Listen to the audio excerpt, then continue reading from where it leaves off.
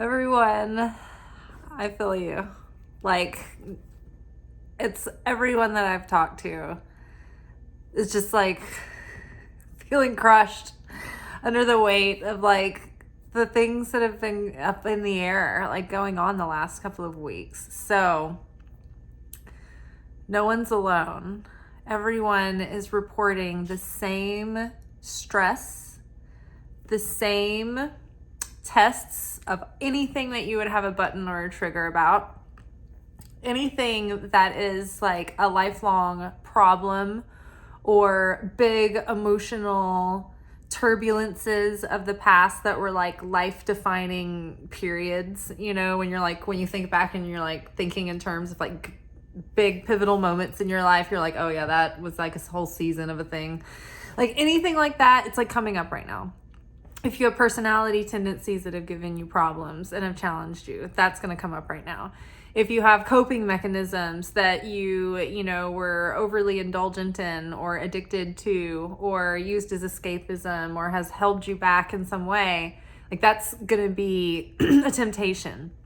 Like every little thing that we have a weakness about is being tested right now, because it's like they were showing me like university school years or college or the higher I know we have people from different countries watching, and so sometimes high school is called university, I think, or college, I can't remember, this college or university. So like the higher learning, the schools of higher learning, Oxford University, right? Schools of higher learning. So it's like we're going through like a final exam period, and it's like the end of the year final exams. And the next year we're going to be going from like high school seniors to freshmen at university. And so that's kind of where we're at in this moment right now. Within the context of the fact that this is the time of year where we have our most difficult Mercury retrogrades through, it's like there's these 3 weeks that span through like Cancer moving into Leo, and then the Mercury goes retrograde in Virgo and then back into Leo. So it's been like for the last couple of weeks and until August 14th that we've been in the 3 weeks that are the most challenging and can be the most negative and difficult weeks of the entire year. So that's the Mercury retrograde that leads us up to the month of Teshuvah, which is a preparation month of getting back to the path, returning back to the path, getting back into alignment before Rosh Hashanah, which is spiritual New Year, which is like when we get our soul dry cleaning and we don't want to like smudge it like the next day, right before we've even made it through Yom Kippur to like fully download the new soul. We try our best to get a hold on being really clear about the aspects of our personality and our subconscious that are still kind of holding us back. And then we use those 3 weeks to get really solid on what that is and where it's coming from. And so then that way in the month of Teshuvah, we can acknowledge and try to change those parts of ourselves and atone for them and make amends. And try to like just start to embody the transformation going forward, like getting into like peak condition before like the playoffs, like just working harder than ever to really nail it, and you can embody it. And that way, when we go through spiritual New Year and we get like soul dry cleaning, soul upgrade, this next cycle that we're starting, it's like we're starting off like new school, new backpack, new shoes, new soul, who dis, it's like Lisa Frank Trapper Keeper life, okay, the works. Things are going to start getting better and things are going to really start feeling lighter. But right now we're in that last trial. And I think that we've already gone through the initiation. It's just like we're in the thick of it right now when we're getting spit out the other side. But it's really been to bring us to a point of total readiness to be done with any BS that we just can't live through one more cycle of this shit anymore. It's like we've got to change. Something's got to give, And so this is what makes us willing to do whatever it takes to grow, to change, so that instead of living out like the same cycle, the same patterns, the same branded shit for our storyline again and again and again. I can't go through one more episode of this. Like we're scratch it all, reset, renew, rewrite. We're writing a new story.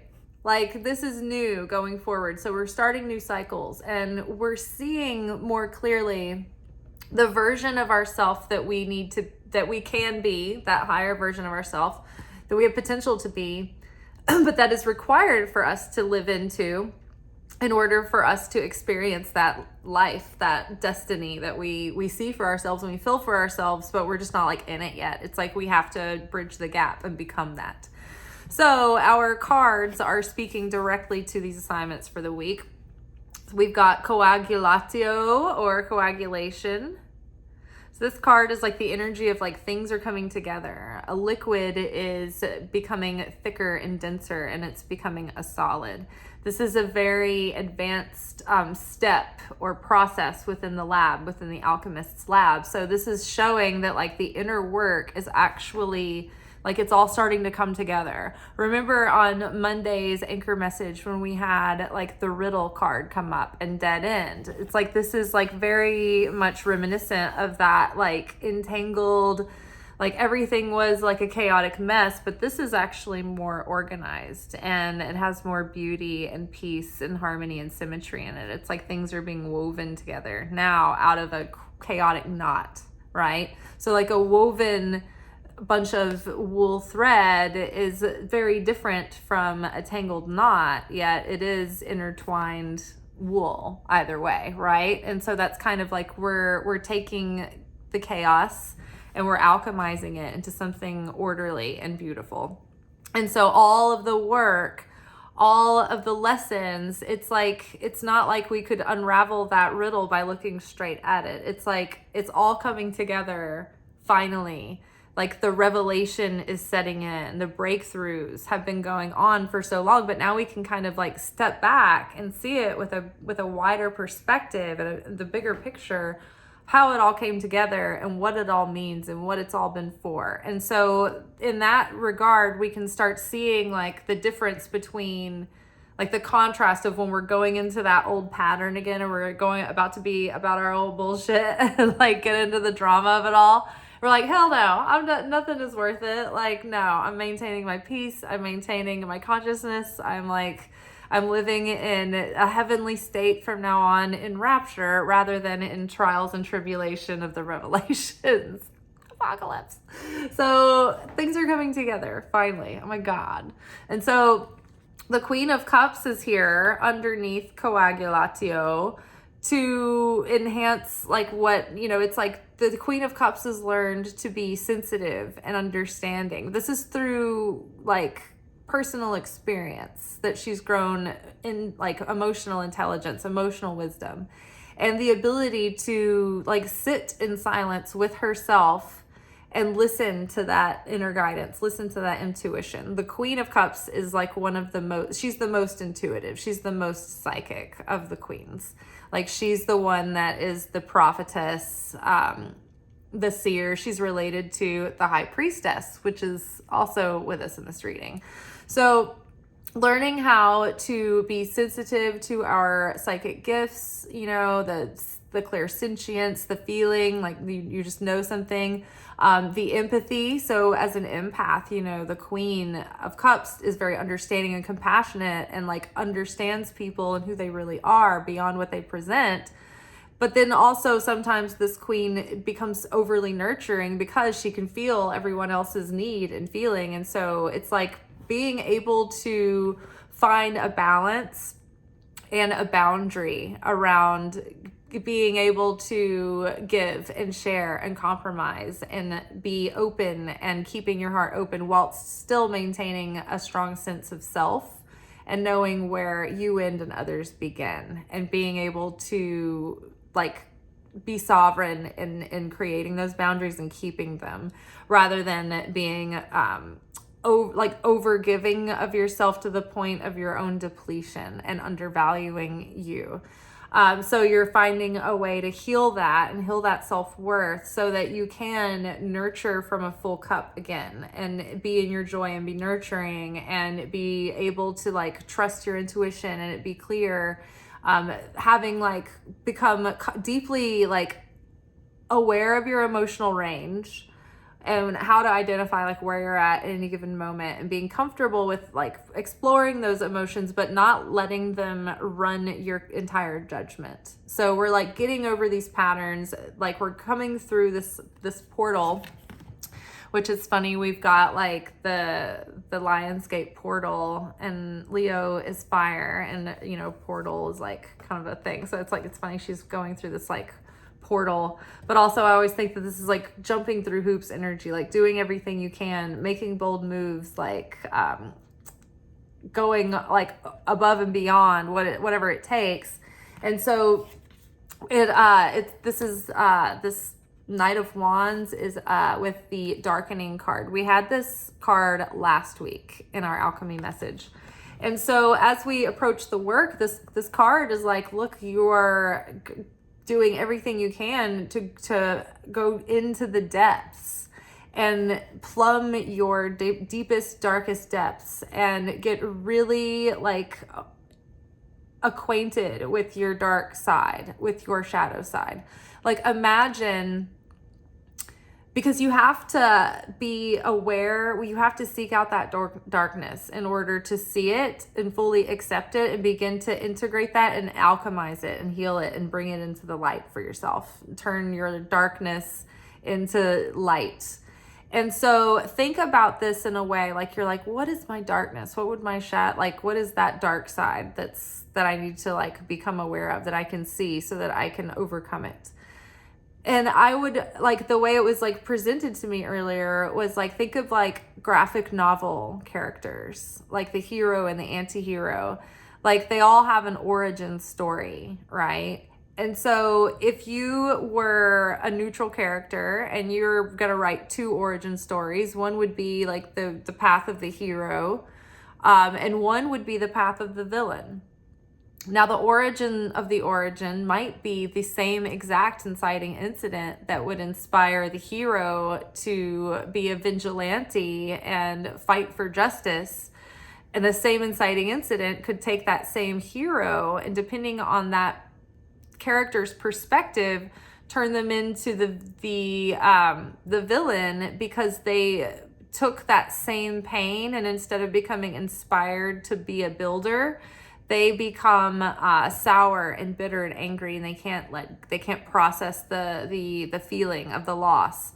And so they sour and they go into a downward spiral of their dark side. And then their dark side is magnified, and they at all costs to fight their whatever it is, you know. So if you were to go into the dark side, think about your life in terms of if you were writing your life into a graphic novel. If you went back and looked, like, what would be the origin story of your life? And think back, because we all have both sides, right? So think back of all of the follow-up pain that came from that inciting incident, and all of the things that the character you went through and experienced as a result of having the original incident, right? And so that just compounded into the villain's reinforcement of the shadow, reinforcement of the shells of negativity that are building up for whatever reason, right? And so think about that. Like, maybe that can give you more detachment, but also get in like the creative mode about that. And like give yourself a little distance from the character, but the character ultimately, it's like a movie or a graphic novel that's playing out your story. So projecting that onto the page may help you tap into the subconscious memories you can't really recall. But like learning about that for ourselves and being able to see it and then move through like this period without going back into the same old patterns. When those triggers come up, it's like we need to break the tendency to fall back into the same patterns and coping mechanisms, or the neural dysregulation, however we might have trauma responses, with around that. There's different levels and different layers that we have to come to realization about in order to get through just repeating the same cycles and same patterns. But I think the good news is I think that we're so through it that the deepening card is acknowledging and saying, you have done and been willing, you've gone deep. And because of that, you're no longer even satisfied on the surface levels of life, just understanding things at a surface level. You now, that's what you're trained to do, is you go deep, and you've gotten a lot of richness there and depth, and it's your wisdom and the experience that you've earned has become very saturated. They talk about the deepening of the pigment and the darkening showing progress. It's a real achievement in the lab that something begins to darken, something begins to come together. So this is 2 levels of achievement in the alchemist's process. So that's really good. That's very exciting. And also too, this week the father wound has come up. And in the shadow side, in the positive side, the Knight of Wands is fiery and enthusiastic and ready to make moves and excited and determined and persevering and to a degree in the beginning. But they lack staying power because they're not super mature like the Queen and the King yet. So the Knight is still wrestling that adolescence and that non-committal energy, or that ability to be easily distracted or easily lose interest in something and go to the next shiny object kind of thing. So that usually is a result of a father wound. And so it affects our ability to be dependable.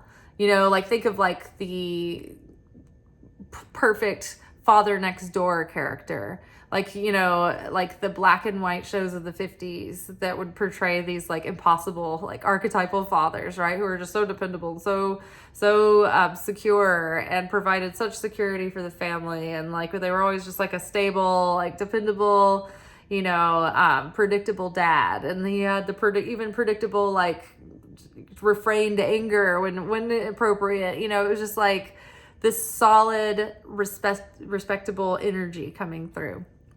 So deepening and darkening, learning to mature past that manifestation of the wounded father themes, becoming more mature, being able to persist with something and stick with it and persevere, even in overcoming the trials of the soul and the spirit. We're getting through it and we're coming out the other side. And instead of becoming sour and being mad at God about it, we're becoming more buck. we're getting hype, athletes or boxers before they go to a match. We're yeah, come on, I can do this, I'm tough. So finally, we've got the benevolent guide with the sorry, I'm tired from the week, tired from the tribulations, tired from being spit through all of this and going into the Lionsgate portal tomorrow. Woof, we're getting through it, y'all. Okay, High Priestess.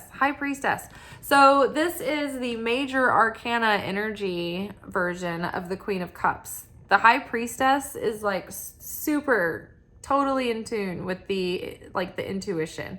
She's the self-mastery version of it. She's the altar priestess that keeps the temple. She knows how to tune in to her inner guidance and to Holy Spirit, and to be able to decipher where the messages are coming from as well.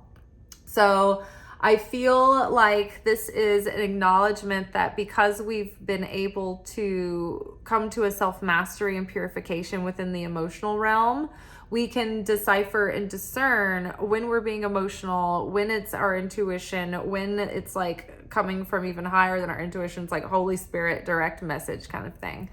And so the benevolent guide is also, it's a comforting message to the alchemist in the lab. It's sometimes we get so bogged down in the trials and in trying to learn and trying to integrate, just trying to navigate the world and life, that we start to feel very alone and isolated. And, you know, especially when we're being like challenged almost in every area of life, it just feels like life just starts to like turn against you or attack you all at once, or like it's like a malicious force coming through all of the things in your environment to just turn on you or something.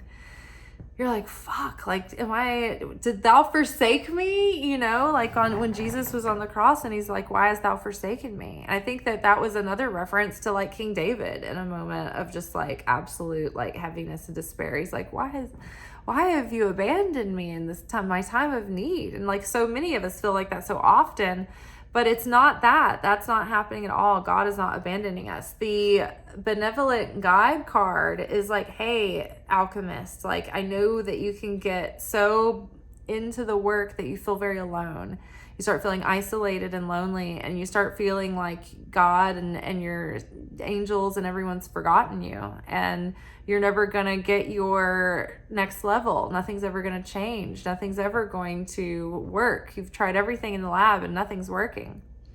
And the benevolent guide is here to be like, we're here and we're proud of you and we are there. And it's like, just stop for a minute and get your head out of the work and just take a little bit to reconnect to spirit and to renew your soul and to give yourself some nourishment, you know, because when we get all up in our head and all into the physicality of the process, it's like we can become disconnected from our heart and our ability to feel supported, feel guided, feel the presence of guidance and heavenly help around us.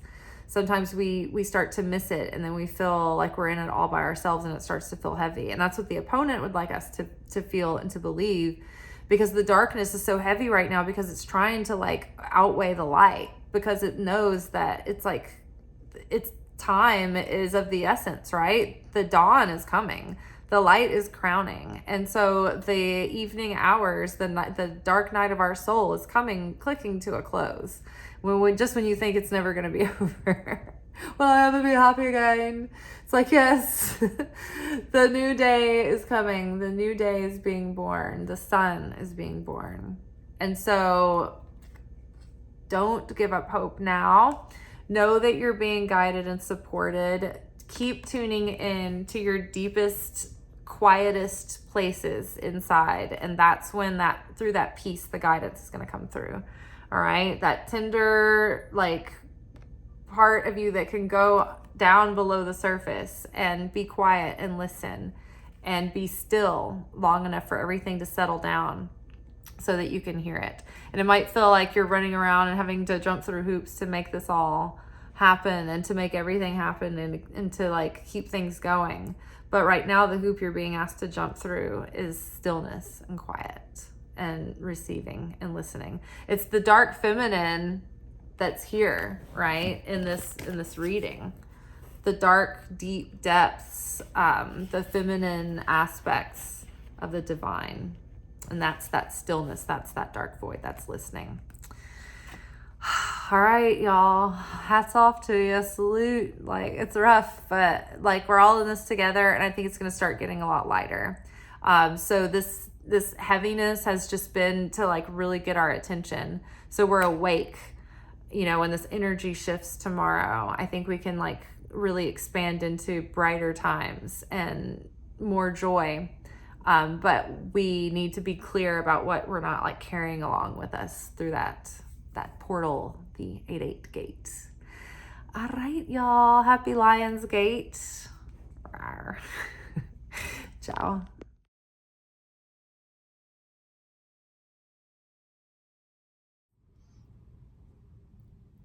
Thank you for watching. If you enjoyed this video and you got something out of it, then please give it a like. Subscribe to the channel. Turn on notifications to be notified of when I drop content.